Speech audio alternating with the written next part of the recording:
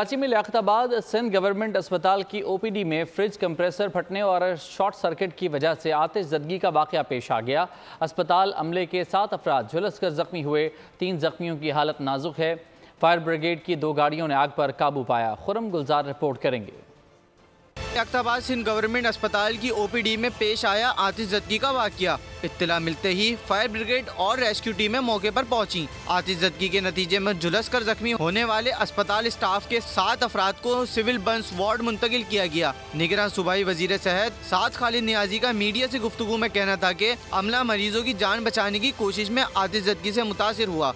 Unfortunately इसमें हमारे 7 staff जो है ना वो जख्मी हुए, जिसमें से 4 जो हैं बहुत क्रिटिकल हैं। उसमें से 2 की बर्न्स जो हैं वो 100% है, एक का शायद 89% है और एक का 62% है। ये 4 बहुत सीरियसली हैं बर्न। एनी शाहिद के मुताबिक 3 जख्मियों की हालत नाजुक है।